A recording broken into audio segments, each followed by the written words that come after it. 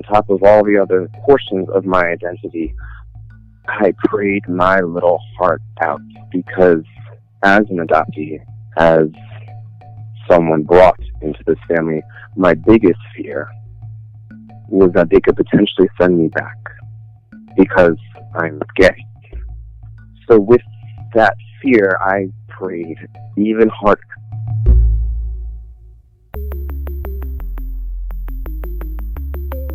Who am I? Who am I? Who am I? Who am I? Who am I? Who am I? Who am I? This is Who Am I, Really? A podcast about adoptees that have located and connected with their biological family members. I'm Damon Davis, and on today's show, you're going to meet Andrew. He called me from Connecticut after a move from here in Maryland. Andrew told me that he's been through a lot in his life. He's a transracial, international adoptee who grew up in a predominantly white community there in Connecticut. He shares how he strode to achieve in athletics and performing arts to try to overshadow his brown skin, the unmistakable mark of being an adoptee in his community. However, he credits his strong Catholic faith for getting him through everything, including coming out as a gay man. This is Andrew's journey. Andrew was born in the Philippines, but grew up in Brookfield, Connecticut. His parents were white, and they had one son who is biological to them and 6 years Andrew's senior. When she was pregnant with Andrew's brother, the doctor told his mother her pregnancy was so difficult that having another child was not a good idea. When Andrew was adopted, he was about 10 months old. His parents received him at the airport. Andrew said growing up in that area was quite an experience. He was loved, accepted, and cared for as part of the family. But back in the late 80s, transracial adoptions weren't as prevalent as they are now, especially in a small town in Connecticut. He said his mother experienced a fair number of interesting encounters with members of the community. So, this is all stories told back to me as I have grown. But there was one time when she had me in the baby carriage, and she was in the department store shopping around, and a fellow shopper looked into the carriage to see me, the brown baby, the brown son that she had adopted, and looks back at my mother, almost with a perplexed face, and simply asks, "Why did you do that?" Wow. And that was one of the first moments that my mother and family experienced something to that effect, because prior to, they had already had me and shown me around the community, and I grew up Roman Catholic, so meeting all the fellow parishioners and neighbors and loved ones, and they received nothing but positive feedback of acceptance. But this is one of the first occurrences that I have been told that my mother remembers experiencing a touch of racial discrimination. Andrew said his mother was shocked and surprised in that moment of negative feedback about her interracial adoption in the face of broader acceptance in the community. It must have been confusing. So I figured it must have been tough growing up in a predominantly white community as an adoptee of color. It was an experience because, I was noticeably not from my parents. So that story of being adopted and being essentially delivered to my parents and family was an ongoing story that I always heard growing up. Because that was their way of being clear and open about my adoption and where I came from. For me, being one of the few brown people of color of my fellow classmates and everything, it was challenging. I carry a very positive spirit. I carry a smile along the way of life, growing up and even today. But as part of this community, as part of this town, And as I stood out as I do, there's a bit of pressure that weigh over me about that. And I think a lot of that the differences that I have, being adopted, being Filipino and brown in a sea of fellow white students and classmates and friends, I think that's part of the motivation that I had behind, doing well in school and playing soccer and just excelling, trying to do the best and excelling as most I can to combat those questions, I guess, so that people didn't see that I was different. What they saw was a student, they saw a scholar, they saw an athlete, they saw a singer, they saw a prominent member of the parish community. They didn't see a Filipino boy. Did you get the feeling that your efforts to sort of overachieve worked? Did you feel like you were hiding in plain sight? Yeah, those efforts worked, and to be honest, I didn't actually think about that until I just said that and shared that with you. And I don't think it was a conscious decision that I made. I think it was a subconscious decision that was made in my young mind and young-bodied mind, that I need to do this so that people don't see the other. Given Andrew was living in a predominantly white community in the 1970s and 80s, I figured it must have been hard for his parents to help him connect to his Filipino heritage. He said every summer, the adoption agency held summer events for all of their clients and for the adoptees to reconnect as a community. It was an opportunity for Andrew to meet other adoptees, many of whom were Filipino. His parents have since shared that there wasn't much information on transracial adoption back then, so it was tough for them to know how to navigate raising an adopted person from another culture. Ironically, there was a strong Filipino culture in their area of Connecticut that had their own community group, which Andrew availed himself of through the church. But being Filipino and being adopted into my white family, I didn't give myself the opportunity to learn more about my culture because I didn't want to feel more different than I already was. I also didn't want to make my parents or feel badly that if I were to learn about my culture and then become less of a Wheelock and more of a Filipino, if that makes sense. Yeah, it absolutely does. You ended up sort of, it sounds like, straddling two worlds of the clear physical identity that you have that's undeniable as any person looks at you as you traverse the community, and not wanting to stand out at the same time, but having that curiosity about yourself. On top of everything else, Andrew shared that he's a gay man. He said that growing up, the thoughts and feelings arose during puberty, starting when he was about 9 years old. But remember, he was raised Roman Catholic, and homosexuality was way more frowned upon in Andrew's youth. Grappling with that and trying to understand that, on top of all the other portions of my identity, I prayed my little heart out, because as an adoptee, as someone brought into this family, my biggest fear was that they could potentially send me back because I'm gay. So with that fear, I prayed even harder for a sign, for some type of understanding to God as to why I was having these thoughts and feelings, and what does it all mean. And that carried through the majority of my middle school years. And it wasn't until I was probably 12 or 13. I remember this specifically. I was sitting in my Catholic church, St. Joseph, and the priest gave a homily.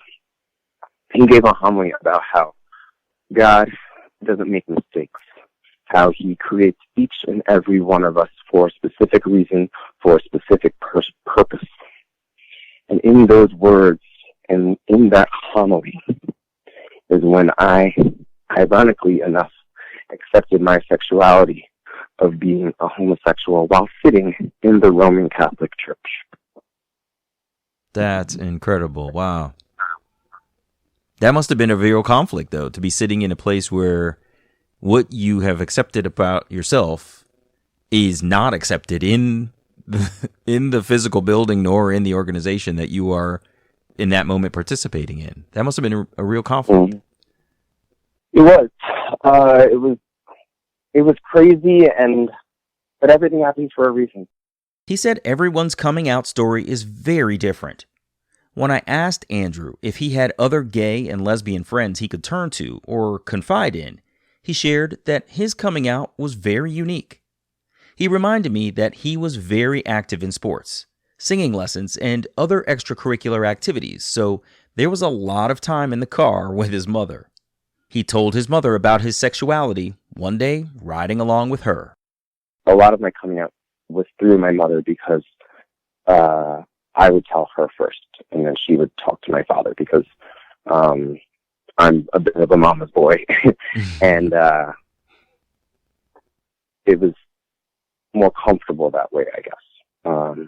So I never verbatim told my father that I'm gay directly, but my mother spoke on my behalf to him.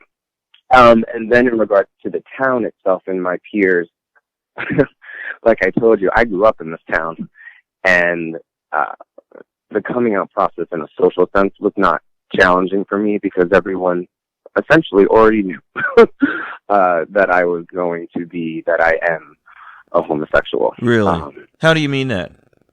I was and am a very, I don't want to say flamboyant. I was very friendly. I sang a lot, so I enjoyed that theatrics, the theater. You know, I was comfortable with that. I was comfortable with myself even before I knew it. You know, as I did come out and the coming out process, what's ironic is that even when it came to the extended family that I have on my mom's side and my father's side, they all also already knew. The only people that, I heard this from my father's side of the family, that they believe that the only people that didn't know that I was gay were actually my parents. That's really funny. Yeah. So then can you tell me a little bit about how this came out in the car that particular day? I can't specifically recall the conversation and how it transpired and how it came about, but it was very nerve-wracking to share that with my mother. I definitely remember my heart racing and my mind going back and forth of, do you do this or do you not do this? I had to keep telling myself that this isn't a mistake, Andrew. This is who you are. And I think, to be honest, as I'm thinking about it, one of the stories that I heard growing up was about how people come out or they don't come out at all. And they lead a life of a heterosexual sense. They get married, they have children, but behind closed doors or in their privacy, discreetly, they are actually not a heterosexual. And that lie I couldn't do. I already led a life of being very publicly different. So for me to potentially harbor this portion of who I am, I couldn't do, because I couldn't lie to myself about being adopted. I can't lie to the world about being adopted. So why am I going to lie to anybody else about being a homosexual? Andrew's father is a very devout Catholic. He used to go to church every single day. When I asked Andrew about whether he ever talked with his father directly about his sexuality, he told me they've had some rough times. Unfortunately, in this process, in this life, there was about 2 years that my father and I didn't actually speak. It was about 2009 or so, where I had a boyfriend, a long-term boyfriend of about 3 years or 2 years at that time. And I think I was still living at home However, my boyfriend lived in Maryland so we were playing long distance. But when my boyfriend would come to visit, he couldn't stay in this house. He couldn't stay with my family. And when I looked at that, when I experienced that, and the reason that my father and I didn't speak was because when my brother was growing up, and he had girlfriends, even in high school, in college, in general, the girlfriends were always able to sleep over and stay over.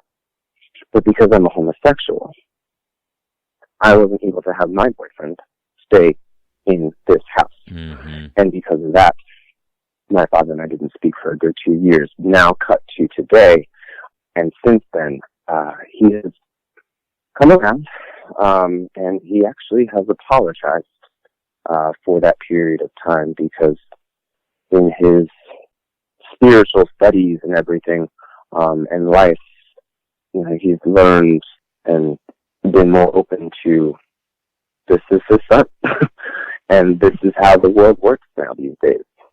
How did you receive his apology? So, I received it humbly and with humility. What's interesting about any time my family comes to me with an apology, or they present some emotional aspect of themselves or share something emotional to me, what's interesting about that, and this directly is because I'm adopted and not actually genetically part of this family, I always knew. I always knew what was going on. I always had a sense of what my family and family members were experiencing. So when my father apologized, I already knew that he was sorry. But sharing those specific words meant a lot. Now, I'll go further to explain. My brother, who is 6 years older than me, there was a good portion of my lifetime growing up where I felt like I didn't have a brother, because he had his own baggage and his own issues going on in his life, as did I. But when I needed a big brother, he wasn't there. I knew why he wasn't able to be there for me, but when he apologized to me, it was very difficult for him to do so, for his lack of being a good brother, in a sense. When he apologized, I also knew that he was sorry. I knew before, and I understood why he did what he did. And that's, it's almost like I'm part of this family, but I'm also almost an observer of the family, if that makes sense. How do you mean that?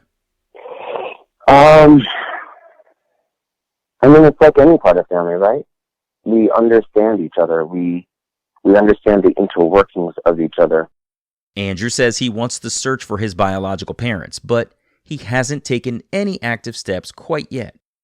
From what I've learned and researched, for any adoptee, it's not an easy process.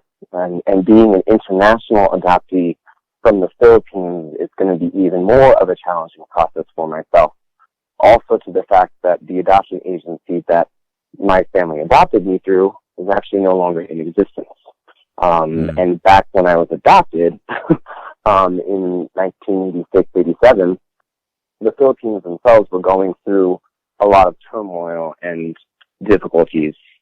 So background story on that, in the adoption process for my parents, apparently there were two other children prior to me that they were supposed to adopt into their family. But the paperwork got lost in a trolley accident, and the paperwork got lost again due to some other unknown incident. So what I do know in my biological parents is my mother's name,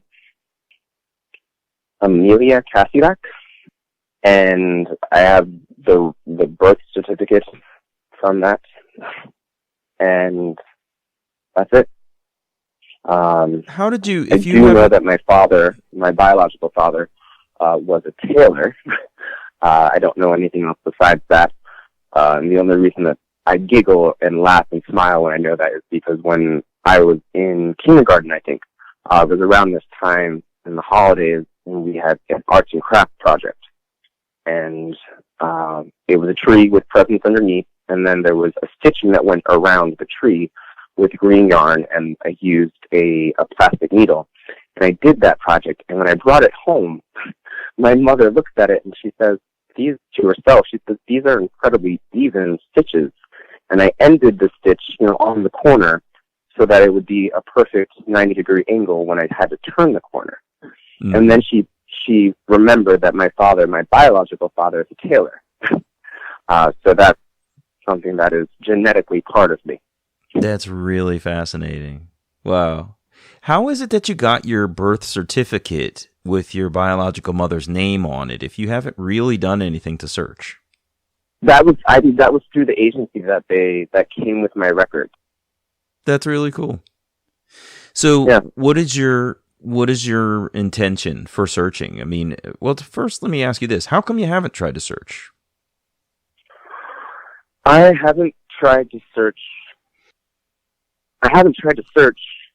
because I wanted to do it on my own. I didn't want my family to help fund my search.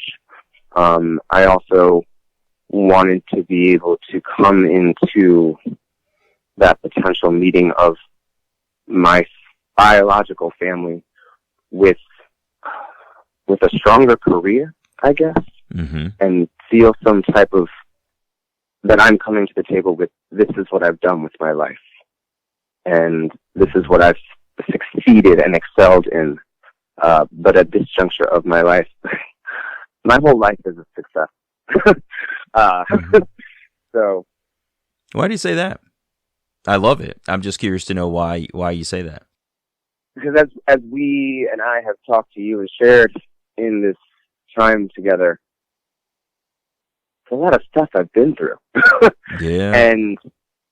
And gone through and gotten through, despite all the odds I might have felt were against me. And, if I wasn't in a good place, we wouldn't be having this conversation. Yeah. And with those words, there's no reason for me not to feel like I have succeeded and excelled in life in order to meet and potentially work on finding my biological mother and or family. So why not go ahead and start trying? That's the 2020 goals, sir. Oh, that's great to hear. Andrew told me that he's always been someone that others turn to for life advice, to the point that others have suggested he should be a therapist. So I asked him, given his breadth of experiences and the mental strength he finds within himself now, what kinds of advice he gives to others, be they gay men, adoptees, transracial and interracial adoptees, or anyone else. From my life and from my experiences, when it comes to dispensing and sharing advice and suggestions on how to navigate coming out, how to navigate being adopted, how to navigate this world in general, being different, feeling different,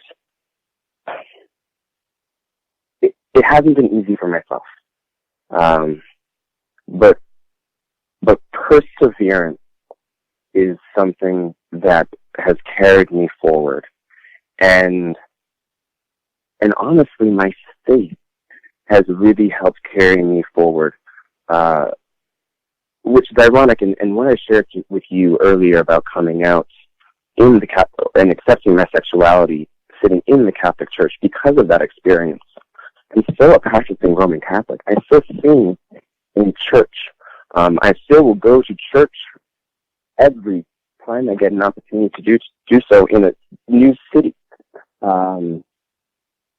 And with that, people sometimes are turned away from religion.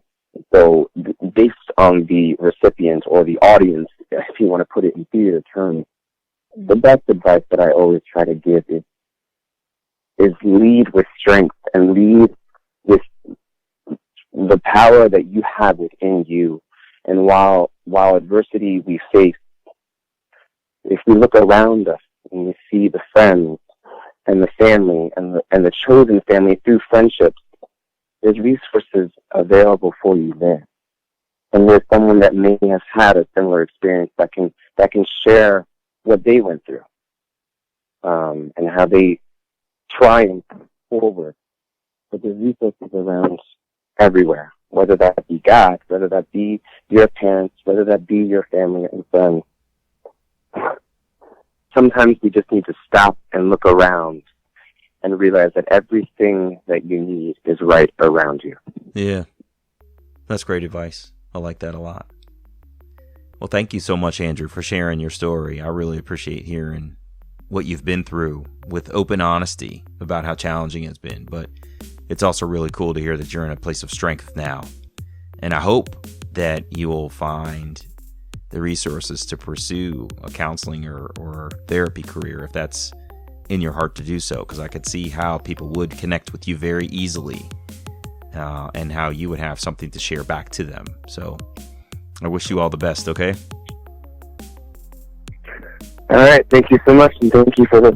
Yeah, no problem, man. My pleasure. Thanks for reaching out. I'll talk to you later, Andrew. Take care, buddy. Have a good 2020. Yeah, we'll talk to you. You too. All right. Bye-bye.